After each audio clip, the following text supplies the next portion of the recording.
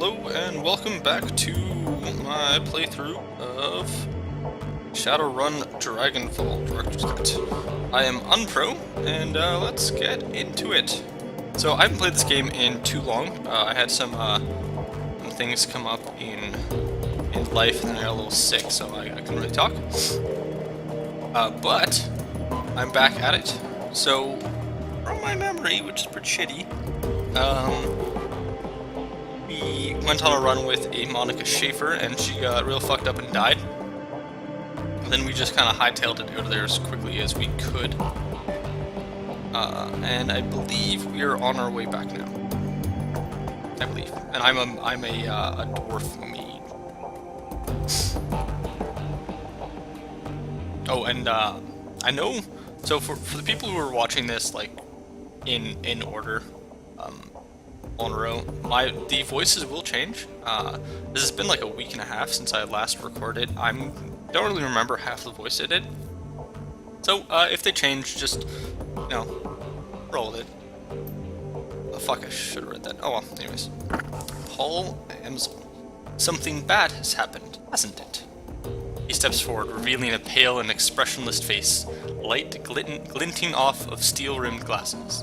Paul Amsel, your team's fixer and landlord, part dealmaker, part information broker, one of the most well-connected men in Berlin. Fuck, well that's good. Happy we have him then. On our team, his eyes sweep across the team as he takes it all in. The grim faces, the hard stares, Eiger's fury, Monica's absence. I had a feeling. How did she... His face has gone ashen. He swallows. Takes a moment to chew on the words before spitting them out. How did it happen? Can't do decking, so I'm not going to read that one. You guys don't even... Well, I mean, you can read. But for those who aren't watching right now, you can't know what it is. Something in the vault security system got her while she was jacked in. It was all over in an instant. Run was a setup. 1 minute she was cracking the safe, the next she was on the ground screaming. Well, this guy's pretty well connected and he's on our side, so I'm cool giving him the lay down, the lay low. So let's go with the run was a setup. 1 minute she was cracking the safe, the next she was on the ground screaming. Fuck Dietrich. How did I do his voice? Okay, so Dietrich. I've seen Monica hit Black IC before. This was something worse. Glory nods, her motions robotic and spare. Monica died of a biofeedback-induced stroke. Eiger. That's right. Eiger thrusts a gloved finger into your chest. And this idiot stood by and let it happen. Brush her finger aside. That's bullshit, Eiger. You weren't even in the room. Shove her hand away. Poke me again. I dare you. Ignore it. Let it happen. She jacked in, she screamed, and she seized. By the time we saw she was in trouble, it was already too late. Say nothing. So I know Eiger's kind of just calling it how she sees it, because she was I think on the rooftop giving us cover, or exit. She was a sniper. So I don't want to one, I don't want to threaten her, and two, I think it's kind of unfair because, I kind of just met Monica and, like, I'm the new person on the team. And I don't really want to just, throw her feelings into the air. So I'm going to go with ignore it. Let it happen. She jacked in, she screamed, and she seized. By the time we saw she was in trouble, it was already too late. Yeah, because you never bothered learning what to look for. Muscle contractions and micro tremors are good indicators of a decker in distress. I mean, I'm assuming you didn't have anyone keeping an eye out for those. No? You had, my friend wouldn't be lying dead in the basement. Dietrich. Oh, shove off, Eiger. We were all on the lookout for physical security, Umpro included. Throwing him under the bus isn't going to help anything. Under a bus is exactly where he belongs. Eiger turns to face Dietrich. She towers over him, but he stands his ground. I respect you, Dietrich. You know that. You don't have my training. None of you have. See, that's... She's complaining that we don't have her training, and then she's criticizing us on not having her training. Come on, Eiger. Anyway, Monica was good. She was the best, right? But she was also overconfident. She treated the job like it was a game. Do that long enough and you're gonna get burned. She kind of sounds like she's talking to herself through it. Eiger turns her focus back to you. If you'd been paying attention, you'd have figured all this out on your own by now. You've known that Monica needed watching as much as that door. Enough, Eiger. Amsel's voice is hoarse, his expression blank. Enough. Eiger pushes ahead, heedless of the interruption. Her voice remains measured, but there's fire in her eyes. How many seconds passed between Monica's first convulsion and her plug getting pulled? 4? 5? Do you know how much damage biofeedback can do to a Deckard's brain in 5 seconds? Eiger, I don't... How dare you? Look, this won't... let's see, so... the middle one is me taking offense. The top one is me just kind of trying to explain to her that I'm assuming that I don't know what the fuck I'm doing. And the last one is just trying to brush the conversation aside and saying this isn't going to bring her back. So let's go with the bottom one. Look, this won't... Don't have to answer that. Of course you know. Monica died while you stood there and watched. This is all your That is enough. Amsel's voice comes out in a roar, and his fist smashes down on the desk behind him. Eiger, you and Unpro can have it out later, but I've had enough. We need to talk action. Our client sent you into something much bigger than he'd led us to believe. I want to know why. Right there with you. This was supposed to be a milk run. Payback isn't the only reason why we need to find him. We saw something back there. Something that we weren't supposed to see. It's fair to assume that we're all still in danger. He pauses, rubs his temples. Agreed. And to neutralize that danger, we need to know who we are dealing with. Let us review the events that transpired tonight. The smallest detail could be important, so hold nothing back. The estate was just a front for whatever was going on in the basement. After everything went to hell, we were confronted by an orc in military-grade armor. Monica lived long enough to say a name...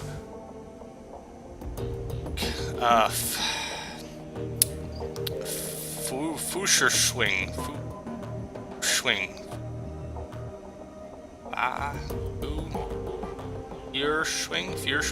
We're gonna go with Fearschwing. It's probably wrong. Feel free to correct me phonetically in the comments. Monica lived long enough to say the name. She fought hard to tell us. It must be important. This kind of seems like these are all going to be said, so I'm going to start with the top one. The estate was just a front for what was going on in the basement. Amsel nods, and much is clear. It wasn't a minor enterprise either. That facility took serious funds to build. In time, there was more to it than we saw. Places like that don't spring up overnight. And all in secret. The owners, whoever they might be, were none too pleased by your escape, I'm sure. What else did you find? After everything went to hell, we were confronted by an orc in military-grade armor. He appeared to be the head of security. Oops, didn't mean to click that so quick. That is not much to go on. Do any details about this orc come to mind? Any distinguishing features that I could look into? He was an older guy. For one, from the sound of his voice, I'm guessing mid to late 40s? Probably old for an orc. And he'd had skin grafts. Most of his face looked like replacement material. If the grafts came from a legitimate hospital, there may be medical records. That is something. I will see what I can find out. Did you note anything else during the run that may be of value? Monica lived long enough to say the name. She fought hard to tell us. It must be important. Amsel seems taken aback. He pauses for a moment before responding. Firewing. This is unexpected. You'll have to forgive me. This brings back many unpleasant memories. Glory raises an eyebrow. The Firewing? The most terrible of the great dragons. There are those who would disagree, but they never experience the terror of living in her shadow. He glances at Glory. You are far too young to remember her, of course, but for Germans of my generation, the name Firewing, I'm just gonna go with Firewing, is synonymous with chaos, destruction, and death. Fuck, man, this shit's serious. The dragons of today are subtle creatures, full of patience and guile. Firewing was not. After her awakening, she went on a 4-month rampage that claimed tens of thousands of lives. Fuck, that's just shitty. Amsel takes a deep breath, slowly releases it. There's a haunted look in his eyes. Oh, jeez. Hiccup mid-sentence there. Those were dark days. Countless men, women, and children were slaughtered, roasted alive in their homes by a creature of legend. No hope for salvation, and no end in sight. It was a horror that you cannot begin to understand. What stopped her? Can't imagine that a rampaging dragon would just go away on its own. Eventually, the Firewing was brought down by a man named Dr. Adrian Vauclair. Well, with the help of his Luftwaffe, of course, but it was experimental weapons designed by Dr. Vauclair that finally pierced her hide. She fell in a hail of bullets and rocket fire, and crashed down in the radioactive wasteland of the SOX. SOX. This event was called the Dragonfall, and at this point, this is where this would fade out, and then we'd have the opening theme and a bunch of things happening, and then Dragonfall would come out of like the dust. But I'm not that good of an animator, so just imagine that happened. Feel free to pause the video, and then you can play it after and continue. Safe at last from the dragon's wrath, Germany celebrated Vauclair as a hero. Our own Siegfried, modern-day dragon slayer. My own family practically worshipped the man. If the Dragonfall was as important an event as you make it out to be, I'm surprised you've never heard of it. Those early years of the awakening were traumatic, Eiger. Not just on a national level, but on a global scale. New species of awakened animals were being discovered daily. Within 2 years of the Dragonfall, the active use of magic had returned to the world. A new source of terror for a bewildered public. In 2021, the sudden emergence of orcs and trolls gave rise to yet another wave of global panic. In light of such turmoil, is it any surprise that Dr. Vauclair and the Firewing were forgotten? Dragons were yesterday's news. He rubs his temples. Again, all of this happened decades ago. To the best of my knowledge, the story of Firewing is a bit of a historical trivia, and nothing more. Alright, so Monica spent her dying breath trying to tell us about a long-dead dragon. Eiger sweeps her brow across the group, searching for a glimmer of insight. Finally, she gives up. Any ideas as to why? Amsel's voice trembles with frustration. No. It doesn't make any more sense to me than it does to you. The Dragonfall is ancient history. Firewing has been dead and gone for 42 years. But there's one thing that I do know. Whatever Monica saw, whatever she was trying to tell us, it was important. He visibly struggles to calm himself, taking a deep breath and then slowly releases it. I will look into this, and I will find answers. In the meantime, did you turn up anything else of value? That's all we've got. It's not much. Amsel nods, his face is drawn and haggard. It is thin, I agree. A basement, a middle-aged dork with skin grafts, and a long forgotten... Wait, we're still missing something. Paid for this run. You haven't said a thing about our client yet, Paul. Oh, Paul. He's called Amsel after all. You holding out on us? Whoever sent us knew what we were walking into. We're set up.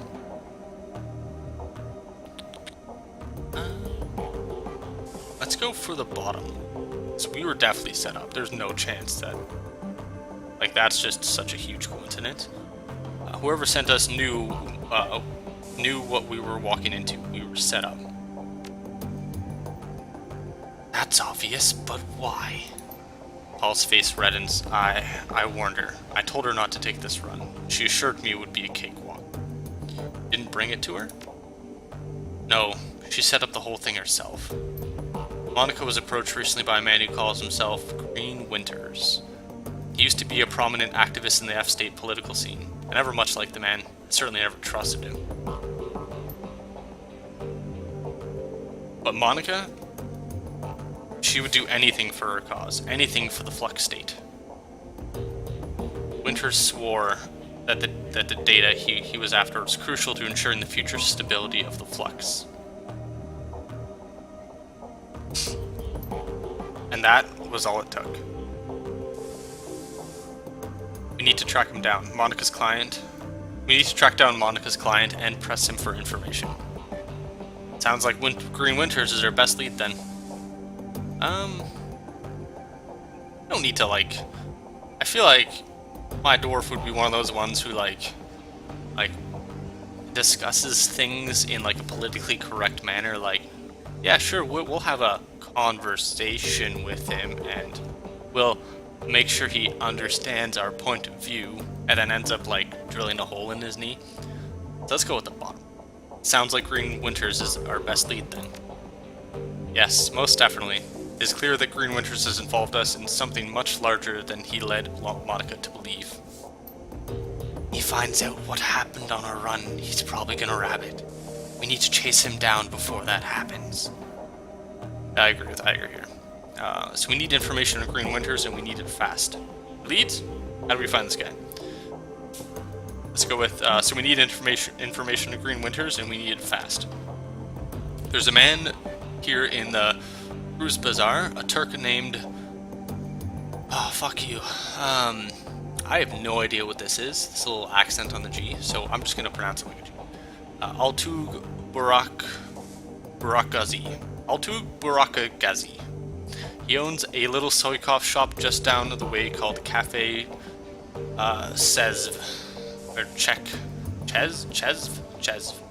This man is also a purveyor of information. I've done business with him from time to time. And do you think he would know something about Green Winters? I forgot how I did Daedric's voice like 10 minutes ago. Whatever. Amsel nods. When I discovered Monica's renewed association with Green Winters, I contacted Altug. One of his people has been keeping tabs on Winters ever since. Nice guy. As I said, I did not trust the man. For good reason, it would seem. I'll talk to Altug and see what he knows about Green Winters. Pragmatic. Sounds like it's about time I pay Altug a visit. Best to be cautious in our line of work. Should I go meet Altug then? I'm gonna go with the middle one. The middle one sounds like it's the best, like it's more like alluding to something. Let's go pragmatic. Sounds like it's about time I pay Altug a visit. Yes, tell him I sent you. I will do what I can to dig into the information that you've uncovered already. Sparse though it may be. Sweet. Ooh, and I got some karma. Cool. Let's see what we can spend our karma on now. So I'm, as far as I know, all into willpower, it's intelligence. Oh no, it is willpower. Okay, so I'm all into willpower right now. But I'm always open to have a second branch.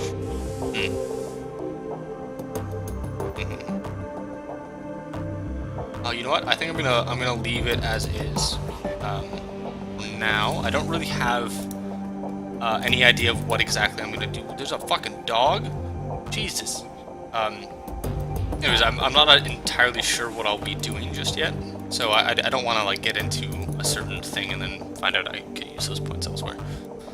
Talk to a few people. Daedric turns his head at your approach. His aging face is traced with a network of faint scars, the legacy of too many fights over too many years.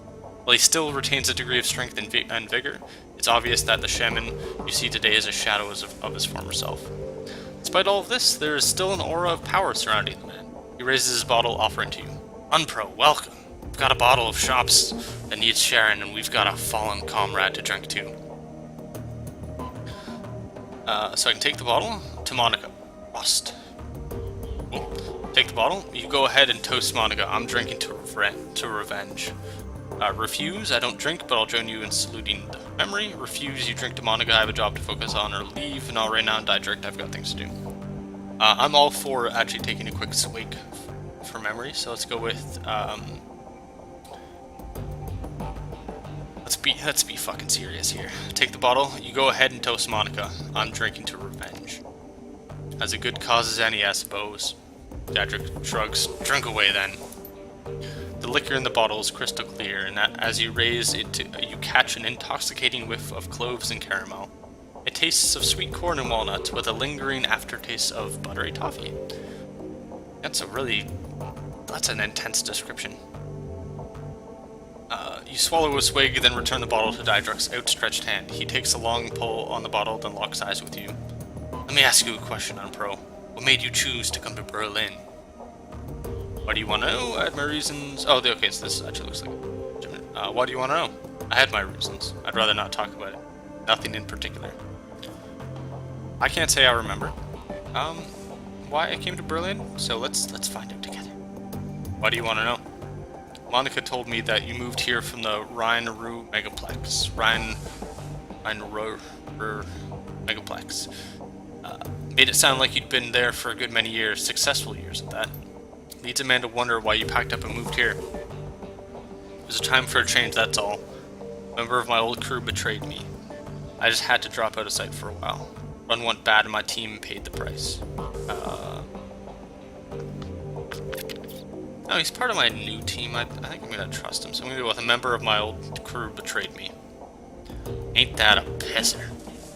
I can handle all sorts of things, but betrayal always makes me see red. I agree with you. Yeah, I know the feeling. I tried to make him answer for it, but the bastard got away. Right there with you. I ventilated the son of a bitch before I left. Ruplex.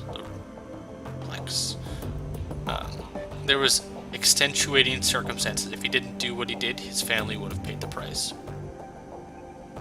So giving him a reason, telling him I killed him, or saying he got away. So I'm gonna go with I got rid of him. Right there with you. I ventilated the son of a bitch before I left the Ruplex. Eiger raises the bottle and sleuth and takes another swig. The bastard deserved no less. In your position, I'd have done the same thing. So after all this went down, you decided to bail out of Ruplex and head to Berlin? Am I getting that right? More or less. There wasn't much left for me in the Ruplex, and Monica made me a hell of an offer. There's a bit more to it than that, but yeah. No offense, Cedric, but I've got to run. We can talk later if you want.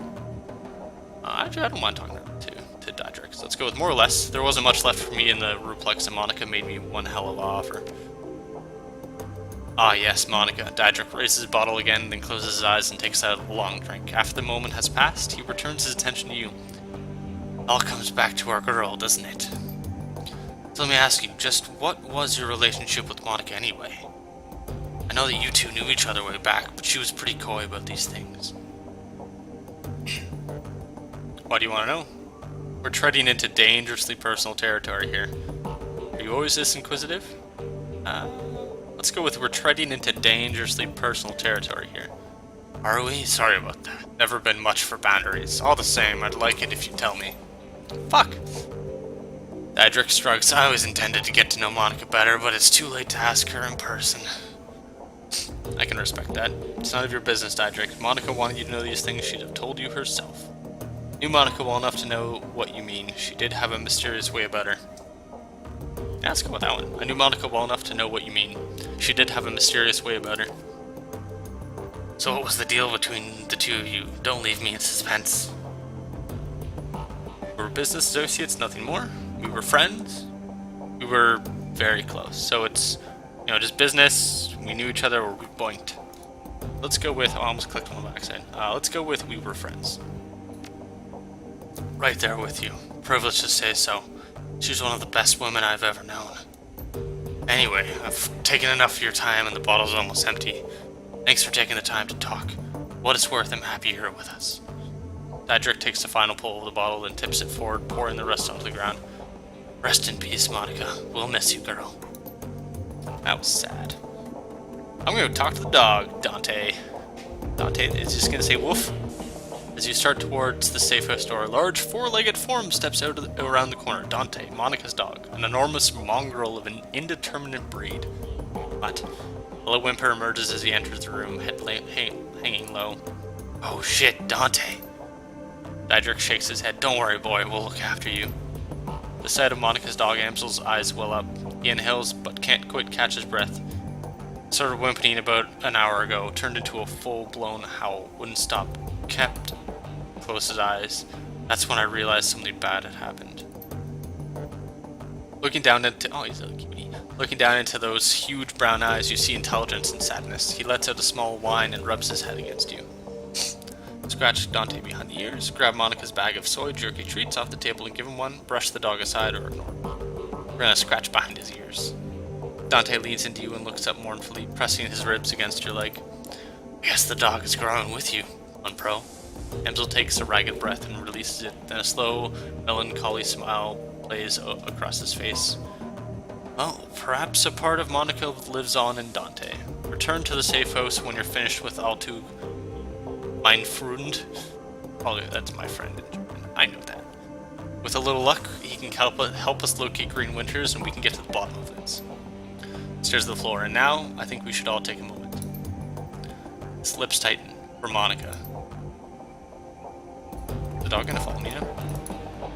I'll be okay with that. Yeah, sweet.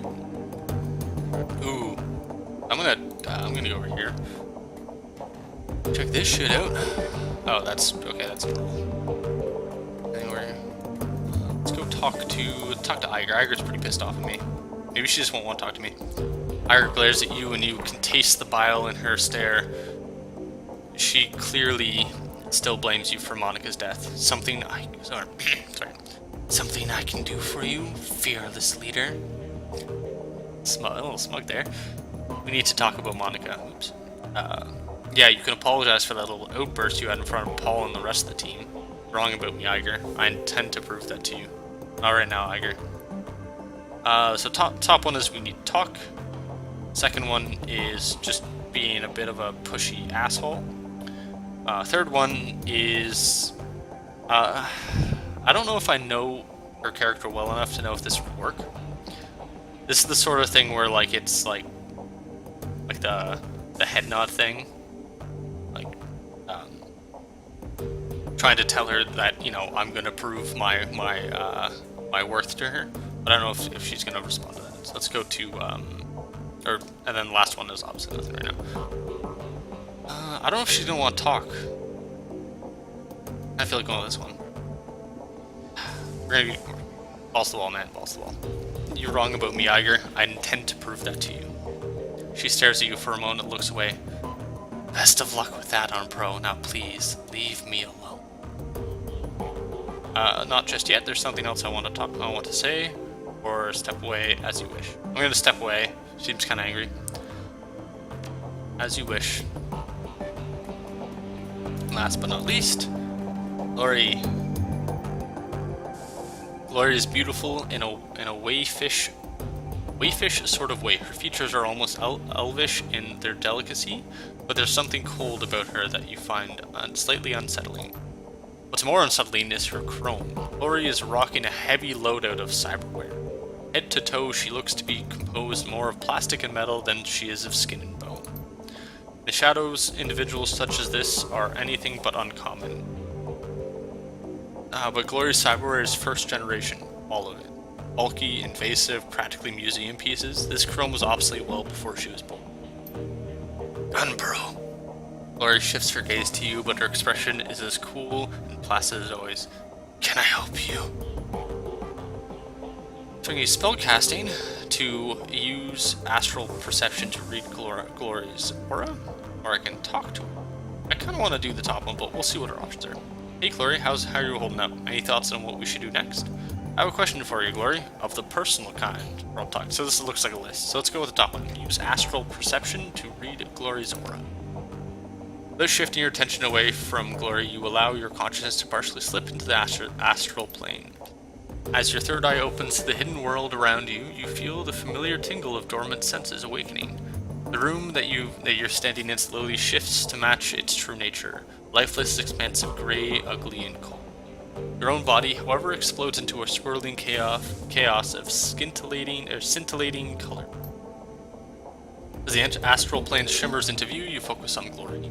You can still see her with her corporeal vision, her delicate frame, and the bulky cyberware that breaks her silhouette. The faraway look in her eyes, belayed over the top of her physical body, there is a slight shimmer, her aura, damaged though it may be. The chrome that Glory is sporting has really done a number on her. Whatever she may have been before she went under the knife, her aura is now reminiscent of the room she's standing in. Cold. A cold, dead thing. Mockingly sculpted into a facsimile of life. Somewhere within the mutilated aura, a shred of humanity awaits, but finding it isn't going to be easy. Suddenly, Glory's body language changes. The look on her face is somewhere between suspicion and alarm. I got something in my teeth. Just staring. Nora, this shred it by stopping her in surgery. It's going to take a minute to gather any useful information. So I can continue reading her aura. Just trying to figure it out, Glory. You've got a lot going on beneath the surface. Continue reading her aura. I didn't want to say anything, but yeah, did you have a salad for lunch? I can't be sure, but it looks like kale. Stop reading it. It's nothing, Glory. I was just daydreaming. So I can even go along with it. Or let's go along with it. I didn't want to say anything, but yeah. Did you have a salad for lunch? Can't be sure, but it looks like kale. You're playing with me. I don't like to be played with. Fuck. Blair stares at you hard for a second, then turns her head away. With a quick bird-like movement, she thrusts a finger into her mouth and rubs her teeth vigorously. Did I get it? As Gloria speaks, you continue to focus, sifting through the void left by her vintage chrome to find the tatters of her original essence. Finally, you catch a glimpse of color, a flash of her true self, and behind it, something else. In a reflexive panic, your third eye slams shut. The hidden world of the astral plane disappears from view, but an afterimage of what you saw remains, twisting in your mind. Glory is, or was, magically active. The shred of her essence that flitted past your vision left you sure of it. What's more, you'd wager that she'd had real power once, terrifying power of a sort that you can only guess at. All of this was surprising, but it was what you saw behind her aura that chilled you to the core. There was something connected to Glory's essence, a metaphysical tether stitched into the fabric of her soul. It reminded you of a leash. You can't say for sure what was holding the other end, but whatever it was enormous and ancient and cruel. You can't shake that feeling. As you looked into it, it stared back at you.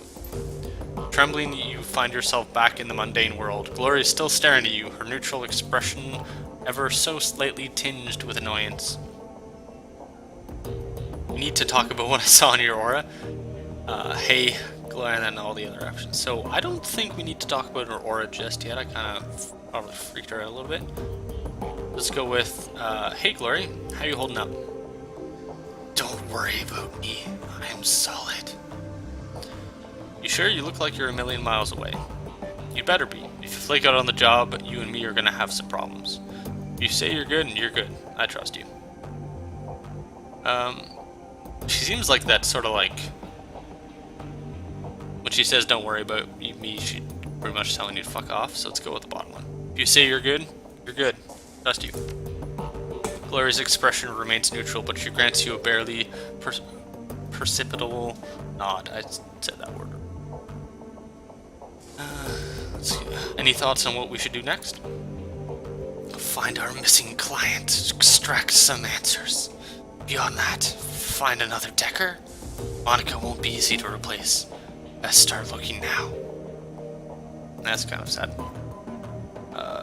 I have a question for you, Glory, of the personal kind. Not a big on sharing sport. Not a big on sharing sport. Personal reasons. You understand, I'm sure. The edge in her voice tells you that she's not interested in continuing the conversation. I'm not one to push, so sure I understand, but I still need to talk to you about that. If you ever want to run with me again, you'll answer my questions now. I'm not an asshole, no. Of course, we all have our secrets, but if you ever want to talk, I'm here. Let's go with that one. Oh, and we're done. Cool. Alright, so I've talked to everyone. Today's falling. That's awesome. So I think I'm about ready to go and investigate Altug, or talk to Altug, but I'm going to end this episode here. So as always, thanks for watching. Feel free to leave a comment, thumbs up if you like the video, and subscribe if you want to see more. Thanks again. Ciao.